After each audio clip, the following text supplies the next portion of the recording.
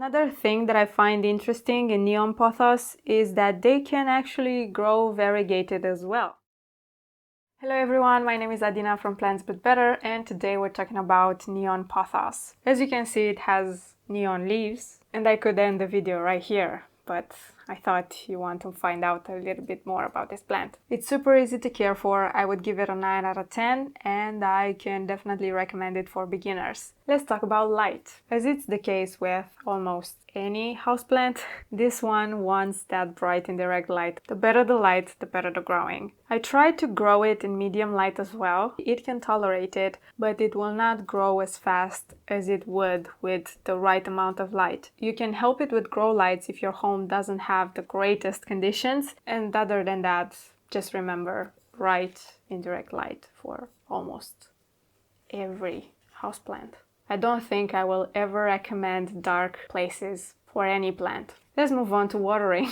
I water my neon pothos once a week during summer, and in the winter time I stretch that period of time to once every 10 days or maybe even 14. That's because I find the roots on this pothos in particular a bit sensitive to root rot. And if your home is a bit colder, I would recommend to let the substrate dry out almost completely before you water it again. Just to be sure, check the soil every time you water it. It should feel dry.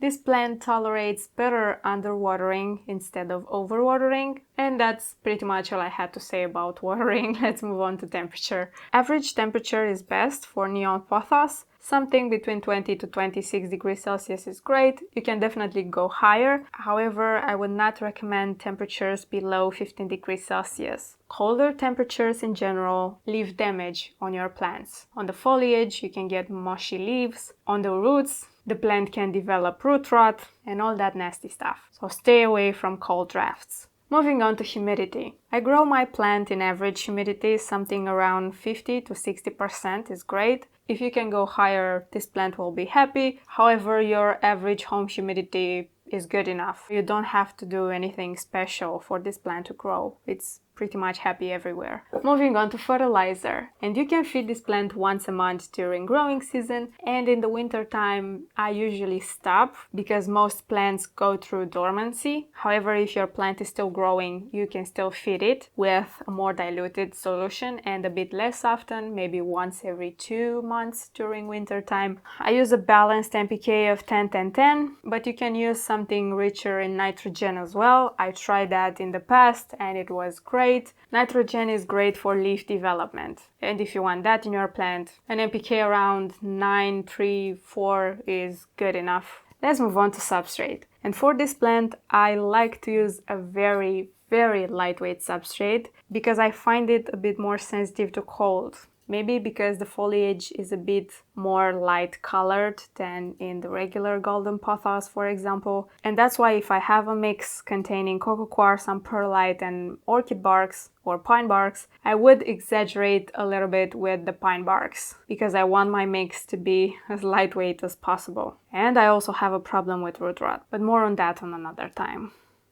I would not recommend regular potting soil for this plant or for any plant because regular potting soil is usually too heavy on the roots and it can lead to root rot pretty quick. So if you have that at your disposal, I would try to make a mix containing maybe regular potting soil with some peat moss and some perlite. The perlite is essential. I'm begging you to keep it in your mix. Moving on to plastic versus terracotta. And don't get fooled because this plant is not in terracotta, it's actually in plastic. If I can get it from here, that would be great. But I also grew this plant in terracotta. I mean, it's up to you. It's really what you like more. If you choose terracotta, I would suggest to check the soil a bit more often because terracotta is porous and it helps the water evaporate faster. This one is still in plastic. It's not a secret. And this one is full of pine barks as well. And it's my mother plant. It's not very big because it is constantly propagated. My bad. Let's talk about repotting. If your plant shows massive growth coming out of the drainage holes, then it's time to move out. If it doesn't, then it's not the right time. It doesn't get easier than that. I would recommend to repot your plants during summertime or during warmer periods of time, because that is usually associated with growing season, and in the growing season your plant recovers more quickly. I mean, it's not 100% necessary. If your plant really needs repotting during winter, you can still do it, but keep in mind that the process of the plant's recovery will be a bit longer than usual. Moving on to propagation, and the best, easiest way to do it is by leaf cuttings. Place them into water, wait, and then you have a new plant. You can propagate it by air layering as well. You can propagate it by leafless node cuttings. That is great if your plant grew up leggy and you want to do a makeover on your plant. So cut your vine into segments, place them in a clean container in some sphagnum moss, spray them with water, place them into a zip bag, and in no time you'll have new plants. You can propagate it with node cuttings directly into soil as well,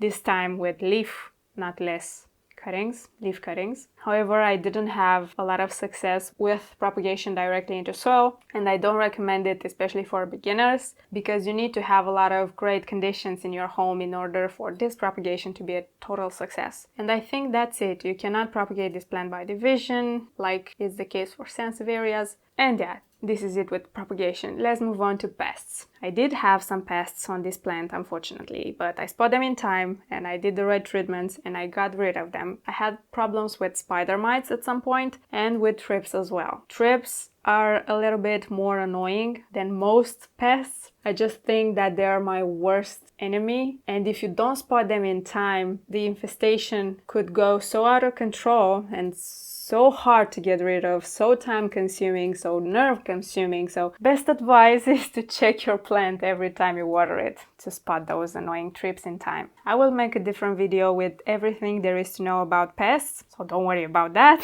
For now, all I can say, prevention is the best medicine. And let's move on to toxicity. And unfortunately, this plant is not pet friendly, so please keep it away from any beautiful pet. That was kind of it with the care video. Another thing that I find interesting in neon pothos is that they can actually grow variegated as well. I will show a close-up right now with a leaf that is a bit variegated. I have another leaf in here and another one. Well, the variegation is very small and is actually dark colored. It's darker than the regular leaf. And I suspect this is because of the light conditions. Maybe the plant needs more light, but I'm not really sure about that, so I need to really do some research. Anyway, I know that some people don't really like this variegation and prefer the neon pothos to be just a regular neon color, but I don't mind it. I find it quite attractive, so I will definitely not cut these leaves. Why would I? They are gorgeous. Other than that, if you have any questions, please leave them down in the comments. If you like this video, leave it a thumbs up. That will help a lot in spreading the message. And yeah, don't forget to take care of yourself and your plants.